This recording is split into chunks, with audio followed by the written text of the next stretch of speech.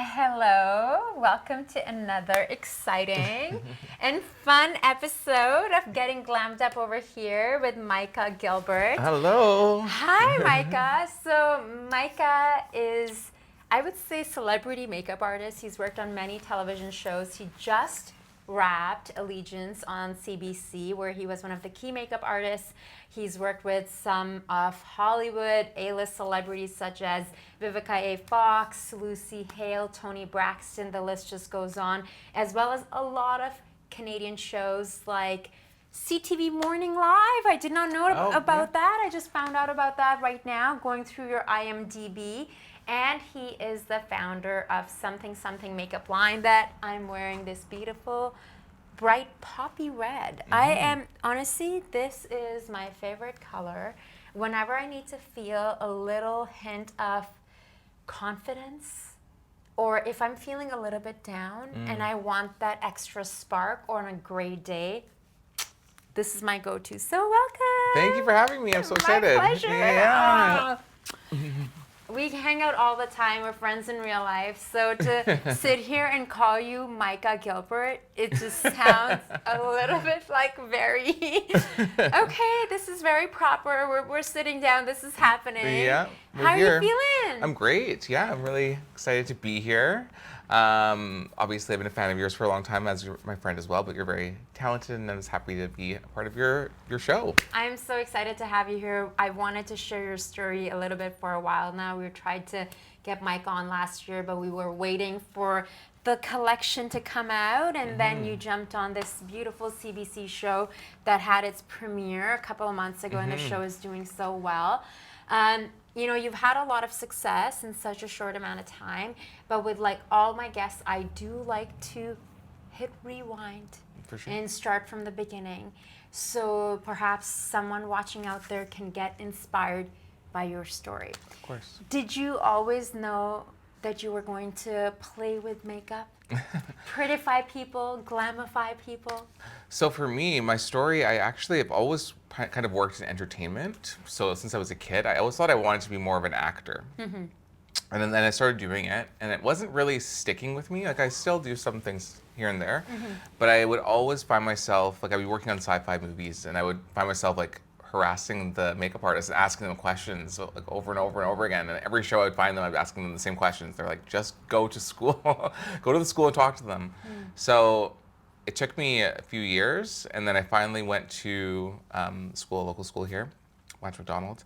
And after like the first time I did someone's makeup and I just transformed them slightly, I remember this one girl, she had really bad acne, and she started crying after it. I'm like, oh, what'd I do to you? And she just looked, she felt so happy just because her acne was covered and she had never had it properly covered before. And I was like, oh my goodness, that feeling, I'm hooked. That feeling of giving someone that transformational confidence where it's like they're still themselves, but it's just that little bit that makes them feel like they can go into the world and feel like they can put their best face forward. That's really beautiful. And you started out as a child model and actor? Well, yeah. So my first job I ever had was for people who are I'm going to age myself, but there's a show called, I think, The A-Team, and there was Mr. T. I love it. I never knew that, Micah. There was a baby calendar that I was in, my very first one, and I had a mohawk, and I was Mr. T as a baby in a baby calendar. Babe, you never told me that. Yeah, it's not. That is a great story. Okay, I grew up in Pakistan. I grew up watching A-Team. Oh, really? Yeah. I totally did. A-Team, and then, I was hooked on A-Team. And all those shows that now I find out that were actually filmed in Vancouver. Oh, yeah. I'm totally blanking right now, but there were so many of those 80s, 90s shows that were filmed here, and you're like, what? I grew up watching this show, and I had no idea it was filmed in Vancouver. I know, it's so funny. Hollywood North. So, and obviously you look beautiful, you look handsome, and that makes sense that you would, and I know you're still acting, you're still booking some jobs, but you love being behind the camera. I do, I prefer, yes. Yeah, so tell me about the journey, and you've worked in Vancouver, you worked in LA, you worked in Toronto, so how, obviously, you probably envisioned or dreamt of having the career that you have now, but what was it like for you when you first started, and what were your hopes and dreams back then? So when I first started in makeup, I really thought I was going to be like a special effects artist. So I didn't know Like blood and blood gore. and gore and like aliens and like all that kind of stuff. I really thought, like, like I said, I did sci-fi, so I thought that would be like, it was the coolest thing. So my career, I was like, went into school, and then they start you off. Obviously, they don't jump right into that. You start with like the fundamentals. And I remember the first time I did a lip liner on someone, I was like, what? It felt like foreign, because the feeling of like, if you've never done makeup before, which I had never touched makeup before going to school, the feeling of someone else's face and trying to draw a pencil on it, it's the weirdest feeling. But after, like I said, the transformation, it was like, okay, the beauty of this I love. So I wanted to be, from there, and once I started school, I wanted to be like a fashion artist. I wanted just to go into like, I wanted to be in New York. I wanted to do all of that. So, I mean, as a makeup artist, you do everything. So I have had bits and pieces of all different aspects of the industry. But it's funny, the concept of like having a makeup line within that, it came to me years and years ago, probably I would say like maybe 5 years into my career, because I've been doing it for about 14, 15 years now. And I had this concept in my mind, but I never really knew how to go forward with it. And it wasn't really, I didn't have like the spark or like the backstory of like why I wanted to do it yet. So I was playing with the idea, but sometimes like it just takes like the catalyst in your life to make you to go forward with something. Completely, and we'll dig into that story a little bit later. But I do want to talk more about your career, because I think that there's a lot of individuals out there who could be watching, who whether want to transition to being an artist or a makeup artist, or you know, just even as an entrepreneur, because you know, today currently we're filming here in Railtown at Christine's boutique atelier, and I find that there seems to be this thorough line that connects entrepreneurs, whether someone is handbag designer, a makeup artist, an actor, or a clothing lingerie designer, because it takes a lot of inner focus, resilience, determination, or a camera operator like Julian over there. You know, Julian's been doing it for over a decade. Because when you're self-employed and you have to manage your time, do the promotional work, yet at the same time being creative, it's a different mindset, because you're your own boss. So I would love to hear your insight. Because promoting yourself as a makeup artist, because you haven't just worked in Vancouver, you've worked in other cities as well, and you've been flown and requested to work with celebrities. So let's talk a bit about that. Sure. I think that's everything you said is very beautifully put. Like, it's when you are trying to be a creative, it's one side of your brain, right? And then if you're trying to also be the business side of it, it's another side of your brain. But not only that, it's like, as artists, I find a lot of the time, and as entrepreneurs, you kind of have this like imposter syndrome sometimes. So to make yourself, to be that person that's actually promoting yourself the most, it's like you have to be your own biggest fan. You have to truly, really believe in yourself and really believe in the vision you have.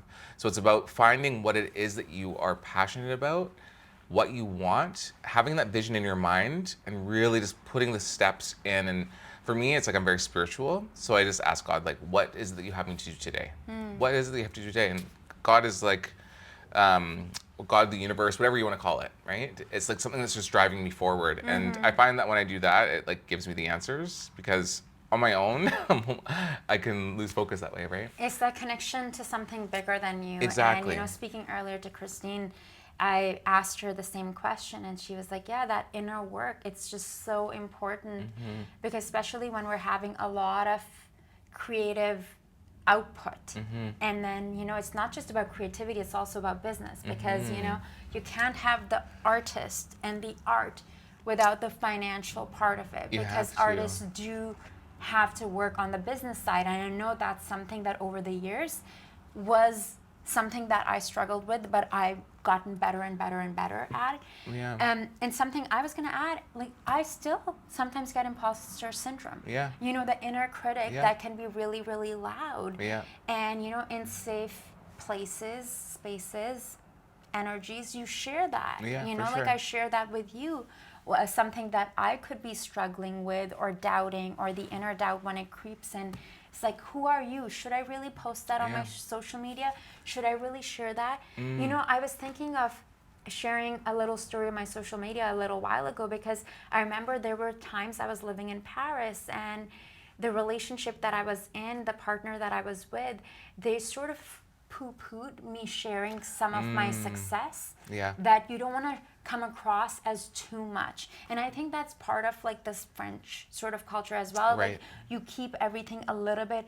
And I look back and I kind of, it made me a little bit upset at myself because I was like, was having so many amazing life experiences and work wins that I didn't share. Right. So sometimes, even if I don't feel good internally, like people ask me, like, do you never get nervous when you get up on stage? Like, I want to ask you, like, what was it like, working with Tony Braxton? Like, yeah. I know inside of me, I'd be like, oh my God, I break my heart, and like all the songs, like all the music videos.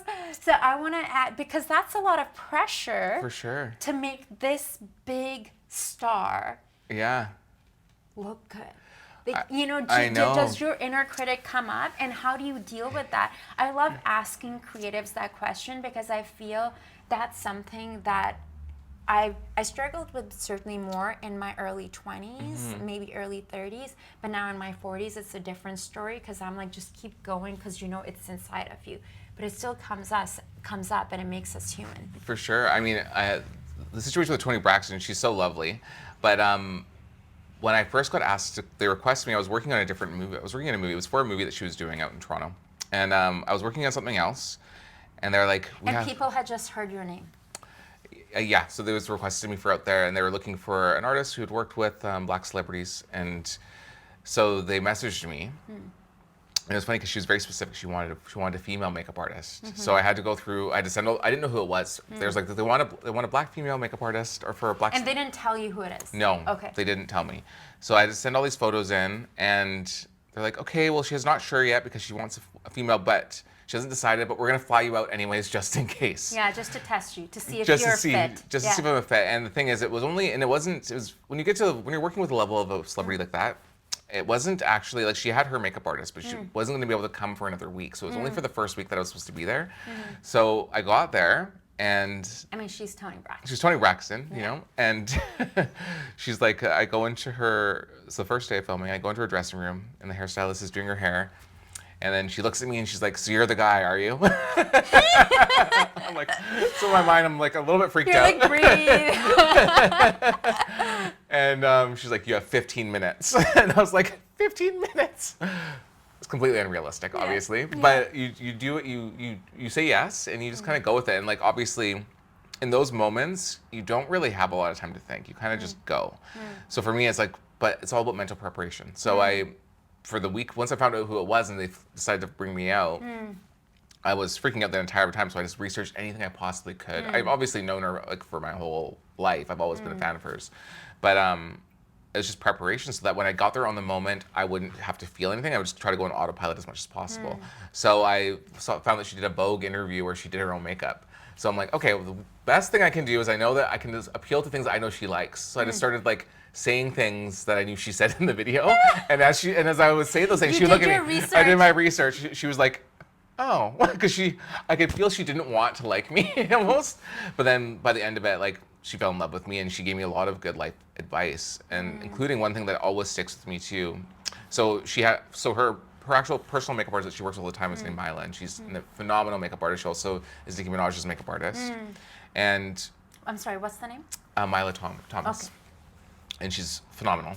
And so the two of them were speaking when I came back to another movie, and she wanted me to be the head of department. Toni Braxton did, and then Mila said, she's like, you need to. She loved you. Yeah, because you had conquered the I test. Conquered her, yes.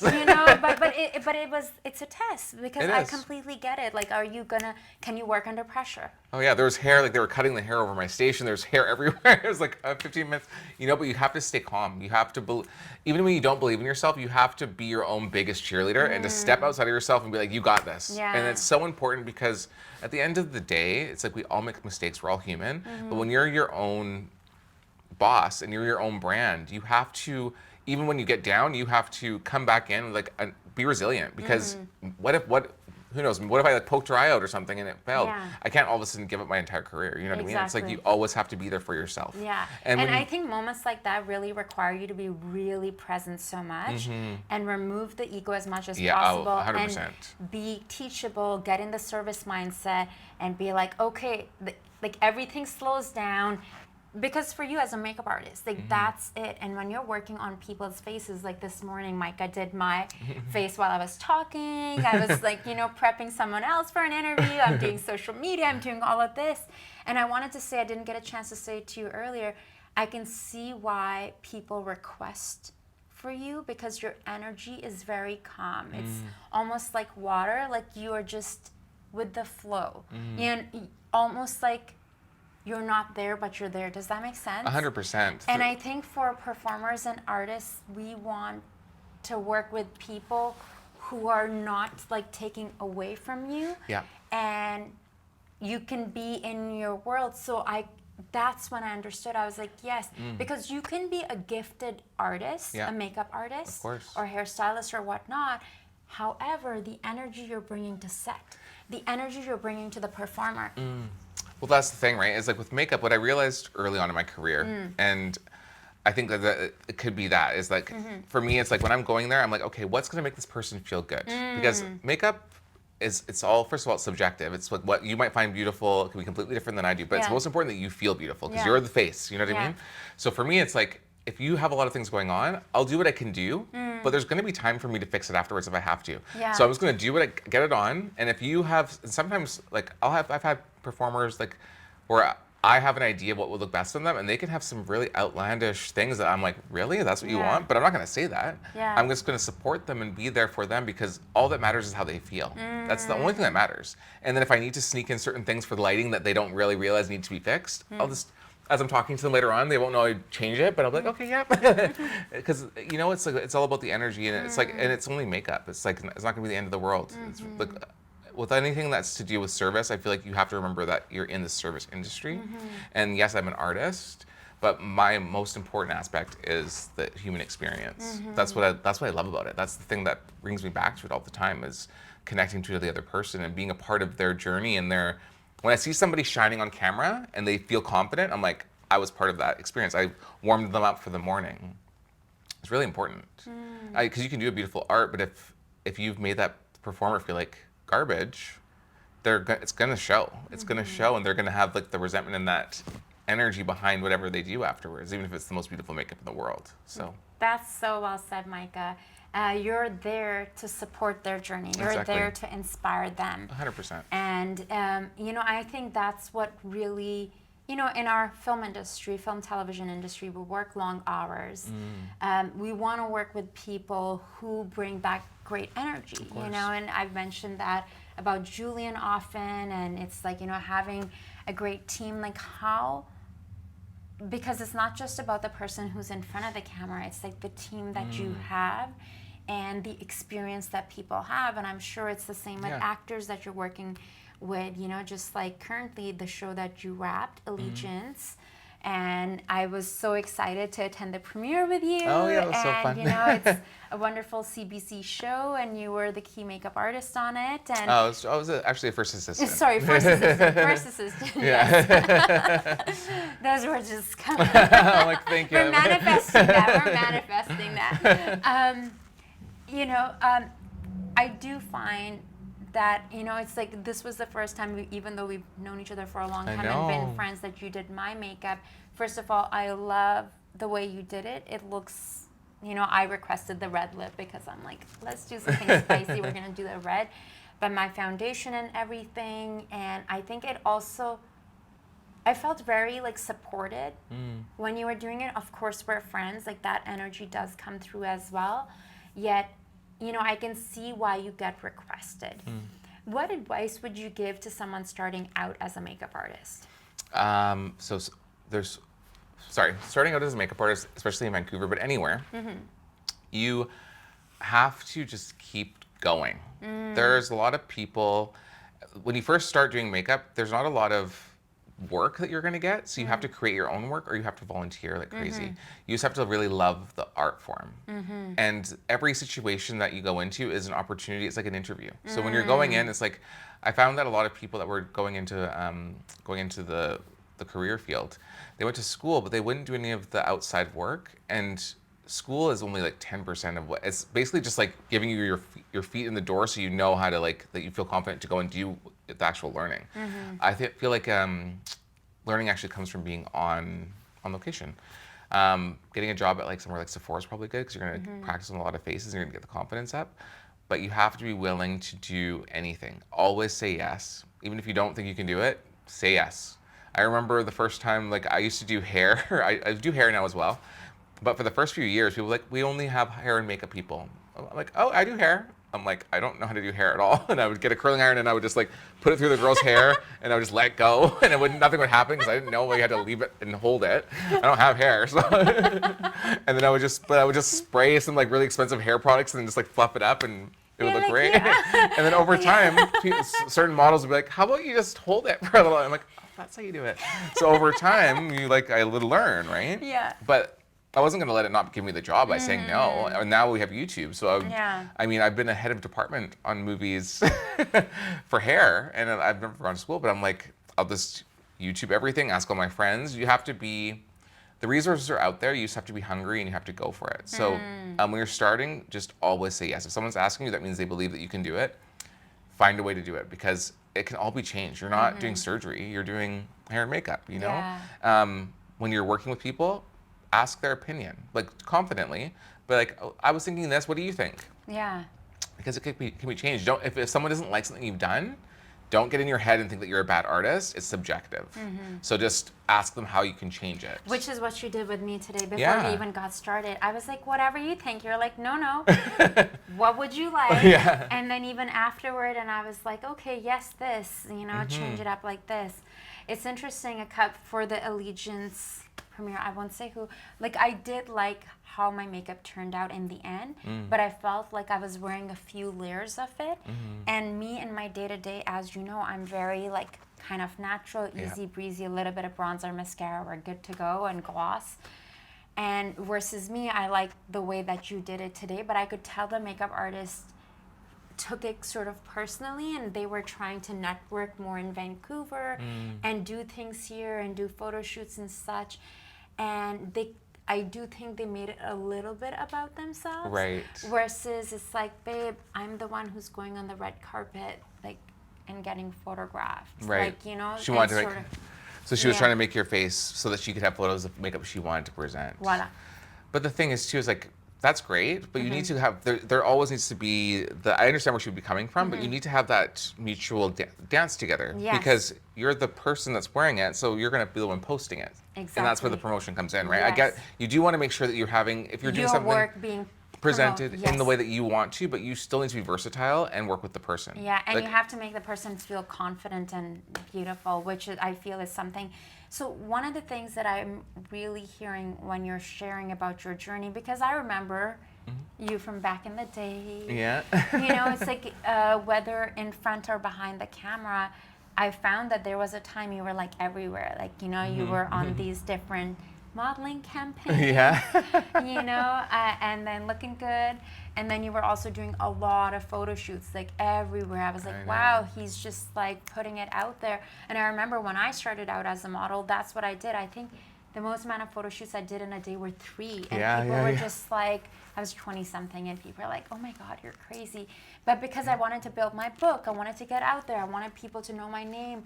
And it's like interviews, you're meeting all these different people, and like it pays off in the end. 100%. Like I remember, it's like, there's jobs I still get to this day from people I haven't worked with. Like I did like, I remember I used to do like 1 free photo shoot a day for do free makeup and hair, 1 that was like paid, and then 1 that would be like just like a kit fee. Yeah. And I'd be running all over town that sometimes my money wouldn't even cover. I had to take cabs everywhere. But it was, but the big jobs that I've gotten later on, all rooted from all those little things that I was doing, because people would either remember seeing me. Like I remember there was a thing on Narcity. I don't know if you know Narcity. Yes, yeah. So Narcity and I moved to Toronto, like 33 guys with like Good job, Lacaldo. And I wasn't even living here in Vancouver, it said, and it like talked about me and all these different things, and it's because I had worked with all these different people who were, but at the time I was like, I just did all that work for free because I was at the beginning of my career almost, right?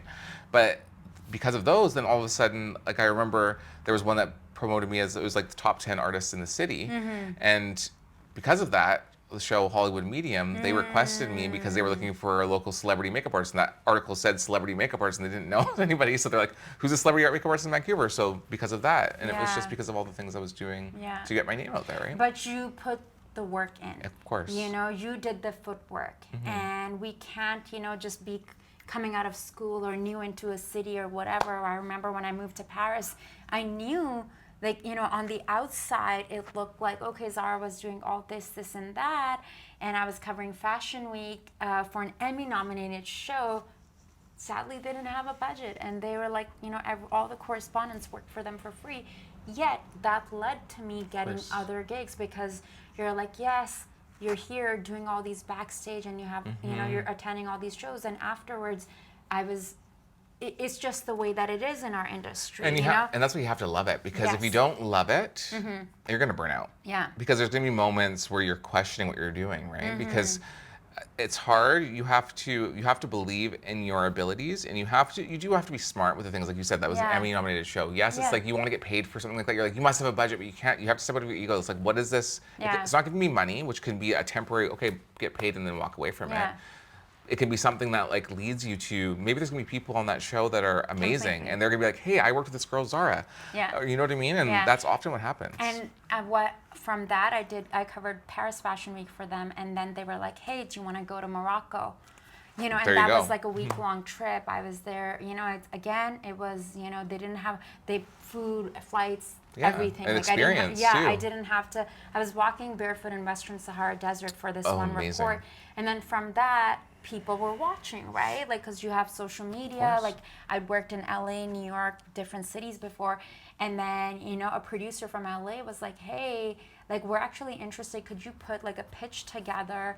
And this is kind of our budget. And I was like, I knew, but that's the thing, right? You have to love the art. You have to. You know, and it's almost like sometimes you almost have to have blind faith.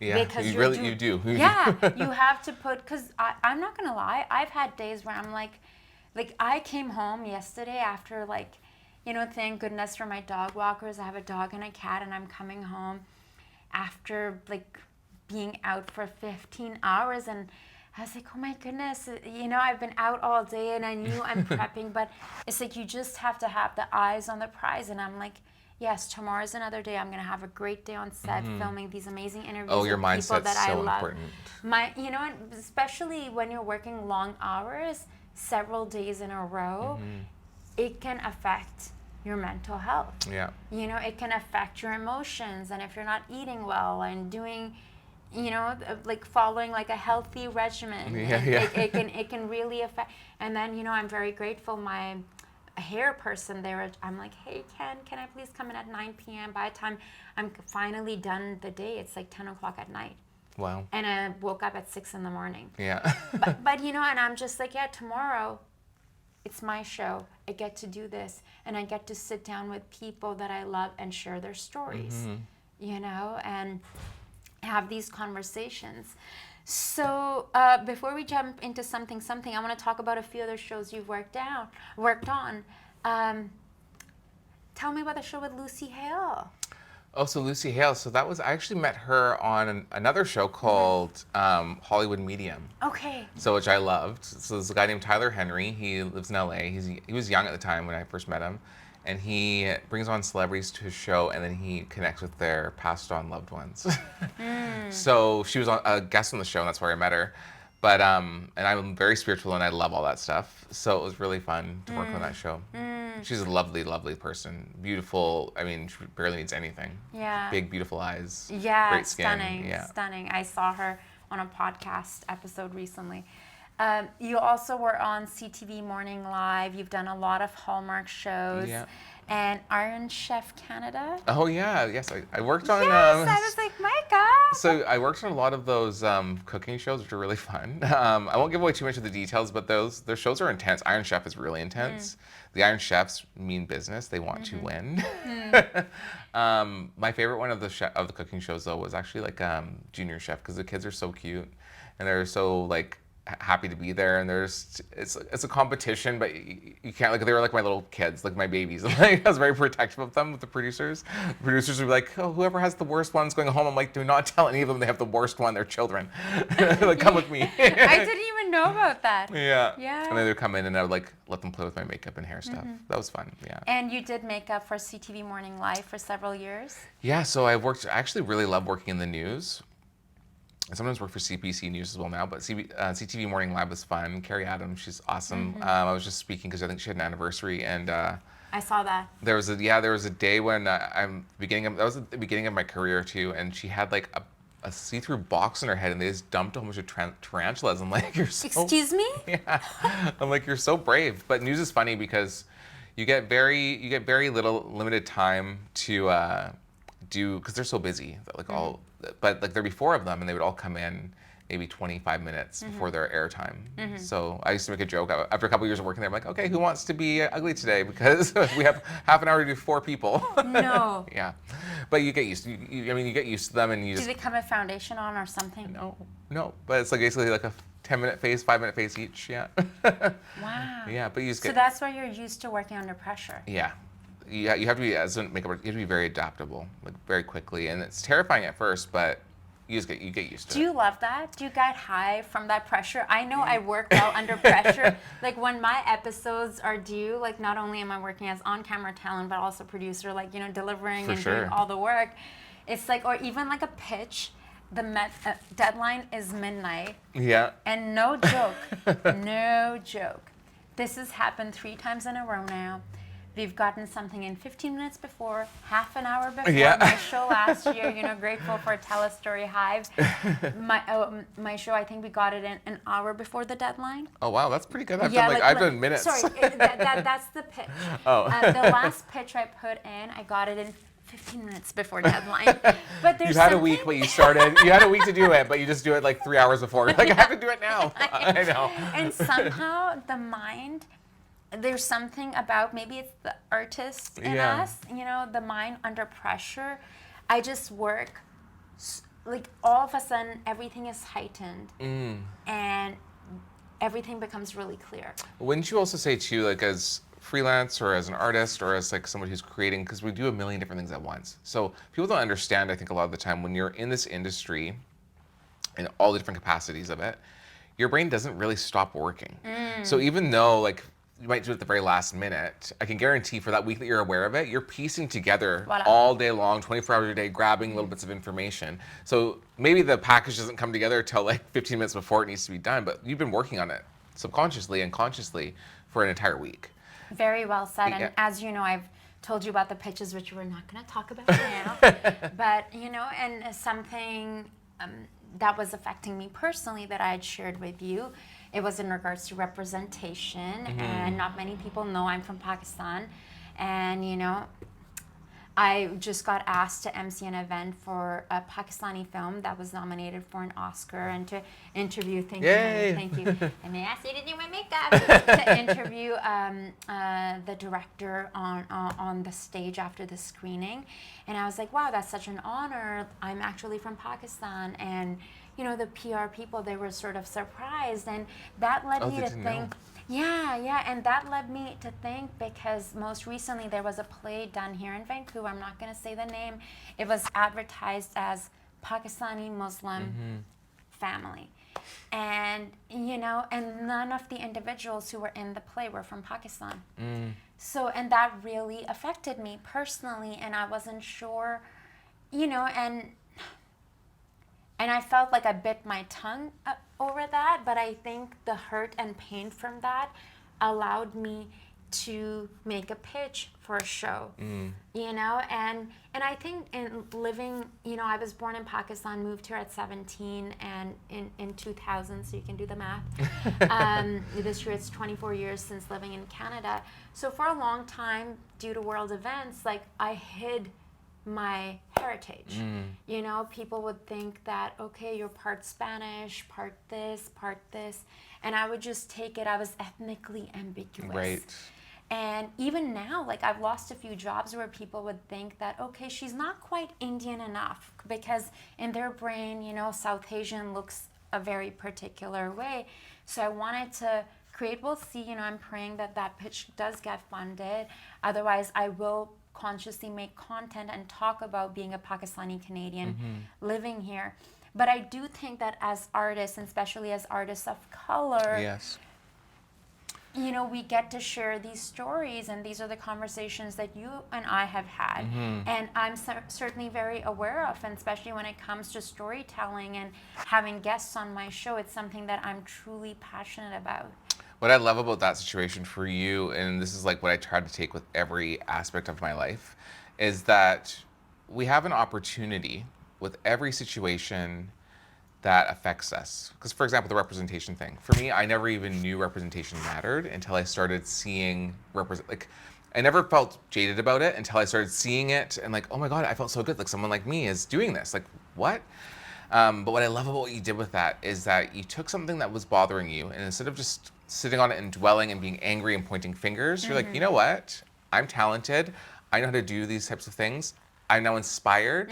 You get a I call it like a light code from the universe, and you download, and it comes into you, and all of a sudden you came up with this beautiful pitch that we'll see whatever that's going to be. Yeah. But it becomes something more, and it's something that is yours, you know, and that can grow into something so beautiful. Completely. And that's what the beauty of finding those moments where it's like these years of you having to be adaptable from your, you know what I mean? From being that artist that wants to create something, where all of a sudden in a snap of a finger, you're like, okay, now I have this, I'm gonna get this done. I know how to do it myself. And by doing that, you're not just inspiring, you're not just doing it for yourself, you're doing it for other people who might not have that type of vision yet, showing that you can do it. It's like being a producer, being all these different things, and like all of a sudden coming it together. It's like, this is what I want, this is what I want to create. In this day and age, we don't need to wait for anybody else anymore. Yeah. And that's a privilege. It's a privilege to me, and this is controversial for some people. I find the things that make me different a privilege. They make me have a different perspective on how the world works. They give me a different perspective on how opportunities can come. I just have a different viewpoint. I'm not a part of anything specific a lot of the time, but that I'm not chained to anything because of that. You know what I mean? There's not a lot of people like me in the city, but that means that I'm not chained to what the expectation of that would be. So I get to be free. And it gives me the freedom to be connected, because I'm a part of everybody and not part of anybody at the same time. So then I can always find a way to relate to somebody.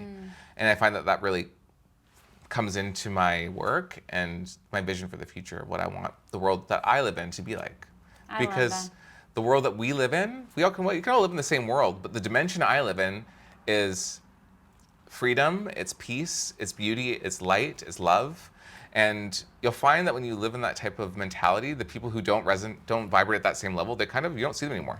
Yeah, and you slowly... They just shut away, they disappear. Yeah. No, completely. It's interesting. I was working behind the scenes on a set on a show yesterday, and there was stuff happening. And, you know, as you know, when you're on a film set, unlike ours, there's hundreds of people, constant movement, lots of things happening. And... you know, when I'm there, you have to go into almost a Zen-like focus. 100%. And have that very core sense of self and that quiet stillness to connect with. And to be like, yes, I'm here. My vision is that, but this is a blessing. And, you know, having that intention of bringing that positive energy even into this experience. Of course. You know, and so may others feel it, yet you're not even if I'm not voicing it out verbally.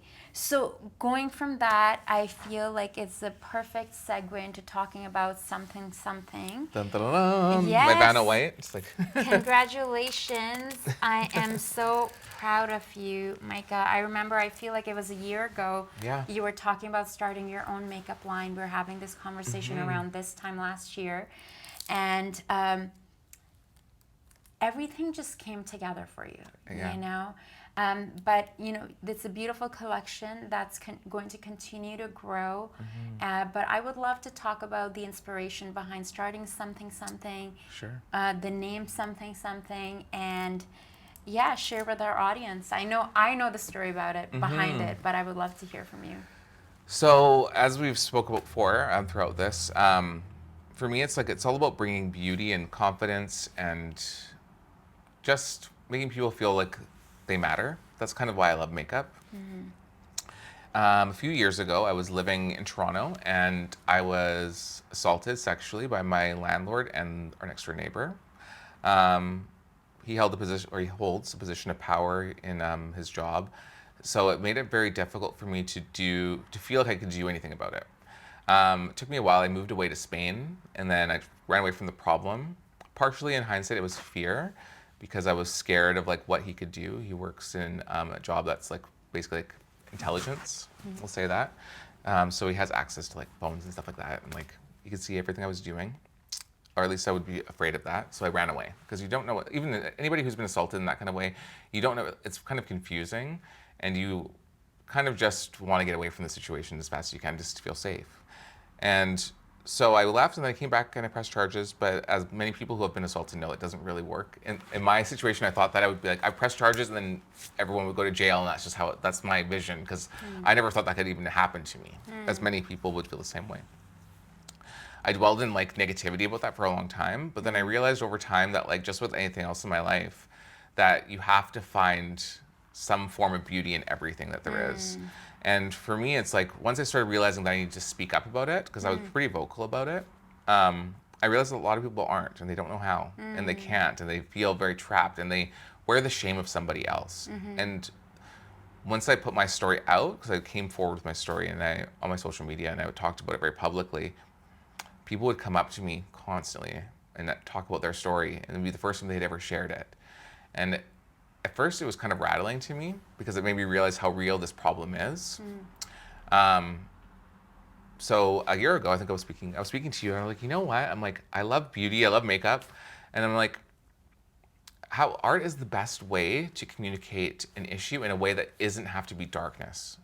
It's like bringing light to someone's life, and like women and men love makeup, you know what I mean? It's like, so why not create something that can be shared and make an impact and also get a message out?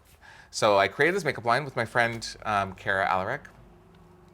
She shared similar experiences to me. So when we did this, we really wanted to create something that anyone could wear. So it's vegan, it's cruelty-free. We have the color that you're wearing. It's called Say Something. So there's the Say Something lip, and there's a See Something lash. That color is like, it's really, well, tell me, how do you feel when you wear it? You know, I have a few of the colors, but there's something about this color, it just makes me feel really powerful. Yeah. And confident. And especially on days, like last time we were filming, I wore this towards the end. I could feel I was starting to get sick, and I'm like, I need a boost. I need a little pick-me-up. I need energy. And when I wear this, and for me as a brown-skinned woman, finding a good shade of red is difficult that would match my skin tone. So what I really like about your colors, the 3 that I have, waiting for more. I'll give you some more. You know? But I do find that I wear this the most. But A, it stays. B, I get a lot of compliments on it. And C, it makes me feel really good. It's sort of like, I feel like I walk a little bit taller. Yeah. You know, and I wanted to wear it on the show today, because it just, you know, when we're filming, it's certainly like that pop. Right. You know, and I love it, not just for spring, but you can wear it anytime. Yeah. you know? And I really like it. The reason why I went with that color is because it makes an impact, you know? It's really bright, it's loud, like you were saying, and it gives people confidence. Like I said, I'm very spiritual, so I kind of like infuse this. I'm like, give the people who wear these the power to feel like they can say something, you know what I mean? Or like be empowered. And you have 2 reds, or yes. 3. So there's like there's 3 different reds. There's the Say Something, which is more like a cherry red. This is more like your classic red, that's Saturday. And then Thursday is more like a brick red. So someone who wants to wear red, but maybe a little more subtle.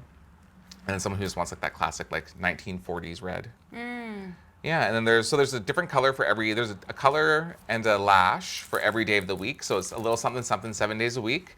So yeah, there's Sunday. I like how feathery the lashes are. Yeah. We still need to try the lashes. Yeah, we do. But I like how they don't look like spider legs. Yeah. You know, they're not overly dramatic, but there's that feminine wispiness to them. Yeah, and they come with the glue. They do. Yes? Yep, they come with the glue as well.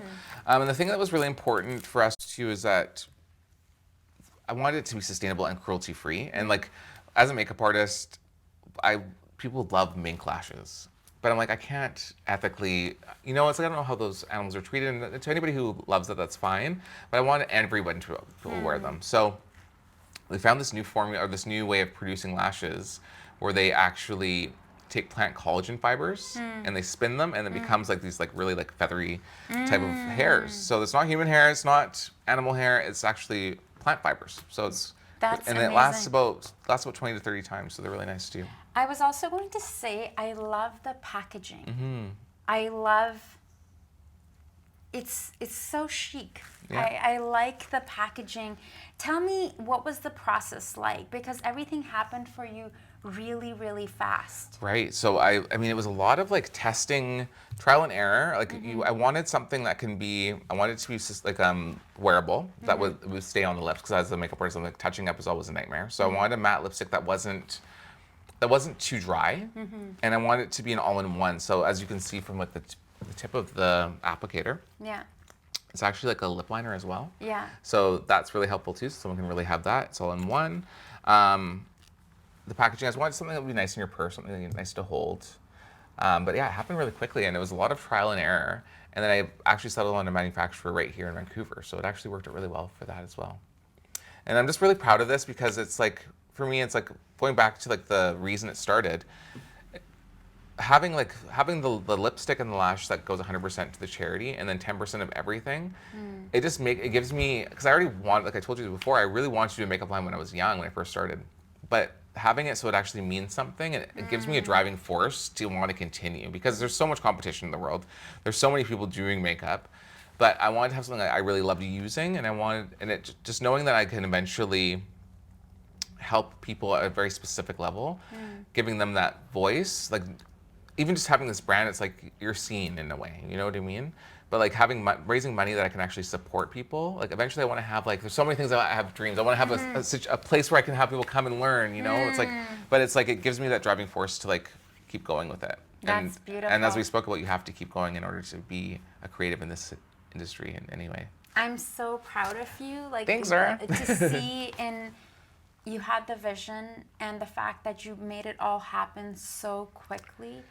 It's truly admirable, and to witness that journey and to see your products here. You know, you were just recently on CBC, you were using your products on the show Allegiance. I produced this while working full-time. I was working 60 hours a week, and I would just be, I would go home and I'd be working on it. But that's not 16, but 60. 60, yeah. Yes. And then on my weekends, it was completely like, once I get something in my head, and it comes from years of being that kind of mindset, I have to do it. And the vision was there, I had to keep going. And there'd be nights I would go home and I would like wake up in the morning, and because I would sleep with lipsticks on to see how they wear. I'd have like lashes and lipstick, and I'd forget. And I'd be like going into the bathroom, and I'd see myself, and I'd have like this dark, like maroon colored lip on, and I'd be like, oh wow, I forgot. Or answering the door to someone knocking, and I forget that I had lipstick on, so I'm testing it out. But I was constantly, we have a mutual friend, Sean. Yes. And he likes to go, like mountain climbing. Yes. And he comes over to my house, and I'm wearing like a lipstick and a lash. I'm like, hey, he's in mountain gear. It's like diversity of friendships, right? Yes. You're like, I'm testing my product. Like, he didn't even bat an eyelash, literally. Yeah, it's really inspiring to see, your journey over the years, like knowing you when we're both in our 20s to like now, and the fact that, having this full circle moment of reconnecting again. And thank you so much for sharing your story. Of course. And, and with our audience, and, being vulnerable to share that, and what you're doing and what you're creating. You're certainly bringing hope and light into the world with your work. What else can we expect from Something this year? Ooh. I know I'm a fan of glosses. Yes, we're going to be doing some gloss. I want some gloss. I like the peachy pinky mauvey glosses. Yes, we're going to be doing some glosses. Stay tuned. We have a whole thing coming out with that. We want it to be perfect, of course. It's progress, It's like progress. Progress, yes. And then are you going to be using something on different shows that you go on as well? Oh, well, this is my thing to anybody who wanting to do anything. Any opportunity you have. To promote yourself, do it. So anytime I have a client or anything, I'm like, oh, it'll look great on you. Let's take a picture of it. Because you have to, like I said, you have to be your own biggest supporter. And it's like, I truly believe in my products. Like, I mean, as a makeup artist, I've got to try so many different things. So I know it works. So I just took whatever I knew already and I made it better, right? Exactly, with all the years of doing makeup on A-list celebrities and, not just Hollywood, but Canadian as well. Of course. Your products have been in the hands of quite a few Emmy-nominated actresses. Can you share that with us? Sure. So a friend of mine named Michelle Morgan, she was the first Black woman to win Daytime Emmy Best Leading Actress. So she messaged me, and this is where I was saying that my higher power, God, whatever you want to call what the universe, is listening. The day I got my first set of products in, I get a message from Michelle, and she's like, Micah, I have to go do this gift bags for all the new Emmy-nominated actresses. Do you know anybody? She's Canadian. She's like, do you know anybody in Canada that has a new makeup line or anything they want to promote? And you just received your product. I'm sitting with my boxes, and I'm like, just so happens. Take a picture. This is what I just launched. Yeah, so she was great, and then they had a luncheon, and they all got, so all the Emmy-nominated women all got something in their gift bag, and they were really excited by it. So that was really nice too. Are we able to share some of those actresses' names?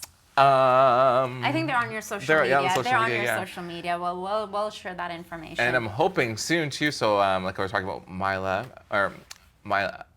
and Thomas, who's she does Nicki Minaj's makeup, and she's Toni Braxton's makeup artist full time. She's got everything, so I'm excited to see what she does with it too. It's gonna be really fun. I think when we're on the right path, when we're on our mission, our purpose, everything aligns. Of course. Of course you'll have obstacles, things will come up, and it's about connecting with that inner stillness within. It's almost like that you have to have a bit of that warrior spirit inside. At least that's how I like to talk to myself. Because there's been times, like Julian knows, I've been sick. Last time I kept getting sicker and sicker, and then I had work to do. Yeah. It's like the whole time I was in Paris for Fashion Week for 2 weeks, and I was to make all this content for all these brands. I was literally sick for 2 weeks. But because I knew I'm committed to doing the work, all the clients had already paid, and I had to do all these shoots, you just have to find that space inside of you. Like, I'm not saying that you don't have to do self-care, yet we have to find the spirit inside that is unbreakable. You have to. And you feel so much, when you actually can accomplish it, obviously within reason, but when you don't feel like doing something and you're sick or everything's going against you, it's a test from the universe in some ways too, because when you overcome that, you walk away from that knowing how powerful you truly are, and it just makes everything that you've accomplished that much more special to you, because you know what you had to do to get it. And I find that a lot of the time people who just have everything handed to them, it's not that I don't judge them, and that's why privilege to me is it's a slippery thing, because I'm like, if it's easy, does it really have the same value to you? Do you really get all of the information and all of that beautiful knowledge from it? Versus someone who's had to go through so many obstacles. And I think especially, in our industry, whether it's performance or artists or behind the scenes, you're so on point. when something's given, when something is easy versus when you work for it, I think that inner self-esteem and confidence and also humility, hopefully, Yeah, of course. is different. Then, and then you value it, and then you want to share it with the world and inspire others with your story, which is my aim to do through the conversations that we're having on the show today. Very much so. You've shared so many beautiful stories and inspiring words of wisdom that hopefully, people who are not just makeup artists or wanting to be makeup artists, but also entrepreneurs. But is there something else that you would like to say before we let you go today? I'll just say, I'll leave you with my favorite quote, and that's just, there's beauty in everything, make life beautiful. And that's the truth. Like, there is beauty in absolutely everything. It sounds so, as from someone who's been through really, really dark times, like, I feel like I'm very confident in saying that. It's just, you have to find it, It's like, you have to find the beauty, because who we are today is an accumulation of all of our experiences, right? So love yourself and just keep moving forward and be proud of who you are. I love that. Where would you say you get your inspiration from? Something bigger than myself. And like a lot of the time too, when I find it hard to congratulate myself for things I do, because sometimes I'm like, there's been times where I've done things completely by myself, and I'm like, as far as like human experience, but then I'll be like, wait a minute, I'm like, I don't feel like that. I'm like, how'd you do this? I'm like, well, I had like a whole team, and I'm like, because with me, I'm like, I look at it as like a spirit team of angels and like ancestors and all that type of thing. I won't get too much into it because it can sound a little crazy to other people, but I'm really spiritual, and I really don't think that we're alone. I feel like that the higher realms are really close with us, and I feel like if you just tap into it, the inner knowledge, it'll come to you. And there's things that I've done that I felt would be impossible for me to do on my own, and then I'll do it on my own, and I'm like, but I don't think I had. I'm like, so I'm like, oh wait, how did I do that? I'm like, how did I find the information? What did I access in order to get this? Because I have no idea how to do this, but somehow I did, And like, I didn't know how to make a makeup line. I didn't know how to do any of it. Like, I was like, I want to do this, and then all of a sudden things just kept falling into place. And it's just about asking the universe, asking God, asking your ancestors, whatever it is you believe in, anything bigger than yourself, and that's where the being humble comes in, because anything that I could do for myself, I feel like spirit could do 10 times better than I could ever imagine. And just releasing to that. Asking for help. Whether through prayer or meditation, but also asking for help from people. People, yeah. And you'll be guided to the right people, and those people will come into your life. The more that you're like aware that you don't have to be the most powerful thing in the world, the people will fall into your life, and your eyes will be open to it, and you'll see the person that's there to help you. Because when we're looking at things in a negative light, all we can see is negativity. But if we're looking and we're assuming that the positivity is out there, you're going to not only be vibrating at that light level, but people are going to see you, and they're going to be drawn to you, and they're going to come to you, and they're going to want to help you. They want to be a part of what you're doing. But when you're negative, it's like, people are going to want to help you because they want to bring you out of that. But if you're draining their energy, they're going to move on to something else. And that's just that nature of humanity, right? And we have to train the brain. Because I think through media, news, everything that we get, especially the last couple of years, we have to really protect the mind from what you're consuming, because the diet isn't just what we're eating. No. It's what we're looking at, our social media, 100%. The news, like what is in your feed, what message am I constantly receiving?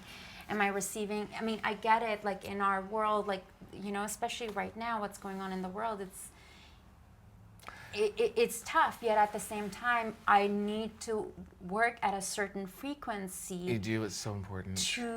And then that also means that I need to turn off and mute or unsubscribe from certain channels, because in order for me to bring light into the world, to bring that positive energy and to operate at the best. This is what I was thinking about the other day. I was thinking about this exact thing.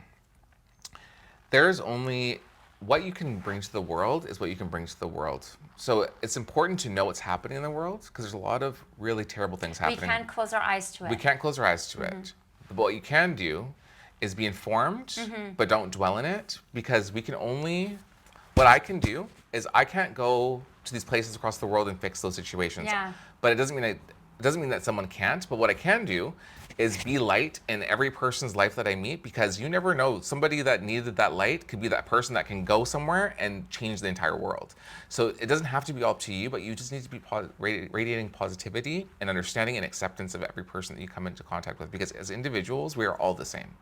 And once you step out of like these little boxes and these frameworks of what we are so programmed to be divided amongst each other with, and just realize that me and you, we're the same person. We're all connected. Me hurting you is you hurting me. It's like, or I'm me hurting myself. So it's, you always just want to try to be understanding of everybody and know that you have limits to what you can feel and do. Because if you, it's important to know what other people are going through, but if you try to radiate, if you try to like sit in their fear and hurt all the time, you can't do anything for the world. Completely. And as you know, through our personal conversations, I went through some of that a couple of months ago, and I knew at a certain point, you know, for me as a performance artist, as an actor, TV host and whatnot, I need to, you know, accept and understand this is the reality in the world, and then trust the divine plan, and also send love and healing energy to the people who are suffering in the world, and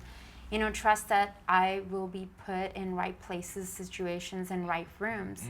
But that's really well said. And the thing is, we do have, you know, a certain amount of time that is here, and we all have like a purpose. And it's like, how do we want to best live our lives so we're a light in the world? And I think that you are, sorry to interrupt you, but No. I think that me saying that, it's like, I think I got a lot of that from you, and like how you interact with the world, because there's a lot of pain happening, and when that, and of course it's going to affect you, and it affects everybody, and everyone has different things happening in the world that are affecting them. But I watched as you had that, and then quickly shifted and made sure that you were light and how to be of service to other people and how to be light from those. And I watched that and I'm like, that's really inspiring. So I want to thank you for being that example, because it inspired me to focus on that and see it, because it's one thing to like know about it, but to live it is a whole other thing, right? So thank you so much. I appreciate you saying that. And you know, I think as a Pakistani Muslim woman who came to Canada at 17, I do feel, you know, it's through that. Instead of aiming to have when I was younger, I wanted to have like this big impact. But I think it's the little impact happens through like little conversations, interactions, the little dinners I have, or, you know, cooking for someone. And it's through those little, and focusing on the love between people and friends. And it's just focusing on the love. And it could be like anything else too, like we were saying about when you're doing like a pitch. You were saying like we're working 24 hours a day on that. So those little things, or those 24-hour moments, all of a sudden at the end, all of a sudden maybe there'll be this one big moment that you all of a sudden have this huge impact. Yeah. And you've been preparing for it, right? Yeah. So it's living those day-to-day things that are the most important. Completely. Something I like to ask everyone, because you know I'm very passionate about I'm like, oh, what is this? what do you do for self-care? Because, you know, of course, when you're working on a show, like whether it's a show like Allegiance, we know film industry days are really long, but especially when you're a hair or makeup artist, it's even longer, because people don't recognize or realize that makeup team is one of the first to arrive and the last to leave. So how do you replenish yourself? Ooh, that's the challenge. When you're on a show full time, it can be the challenge, but it's just about, once again, that human connectivity. Your team is your family at that point. So it's really just trying to do little nice things for those people, and then it comes back to you, right? But exercise, trying to eat healthy. I'm like, this last show I did, I'm like, I promised myself I was gonna eat healthy on, and then I didn't. But like, eating healthy it just changes the way your mind works, right? And then cold plunging on weekends, praying. Like sometimes I talk to like my spirit team all day long. Like I'll be like dancing in my living room with my cat, and then talking. And your hummingbirds. And my hummingbirds. And now I have a summary fighting fish too. But like it's like just like connecting to the world. Like that's the real. It's connecting to your child spirit. Like sometimes I feel like I was on the phone with somebody yesterday, and I was just thinking, I'm like, I feel like a teenager. And sometimes I'm like, and I like to look at the world through a child's or through like a teenager's eyes, because that's the only time that you can feel.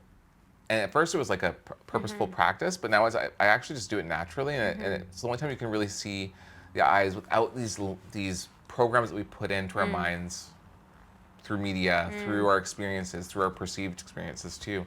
And it's like just having that like fresh, in everything you do, that fresh gaze, it really helps you to like just have a good mentality about things. So I think that would be my daily practices.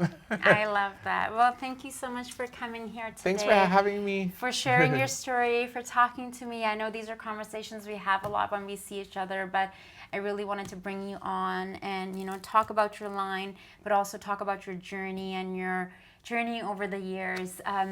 One last thing before we do let you go. Is there something that you would like to say to your younger self today? To my younger self,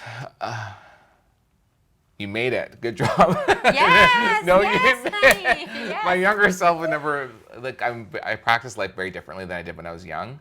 And yeah, I think that you made it. Good job. I mean, your 20s and 30s can be a bit of a challenge, you know? But no, it's like everything that I've done in my life, I'm very proud of, just because it's made me the person I am today, and I love where I'm going. So, yeah. I love that, and I'm proud of you. Really proud of you.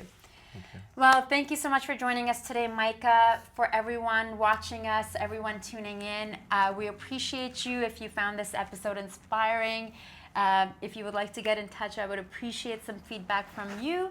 Thank you for watching On Location with Zara, produced with the support of TELUS STORYHIVE. And we're here today in Railtown at Christine's Atelier.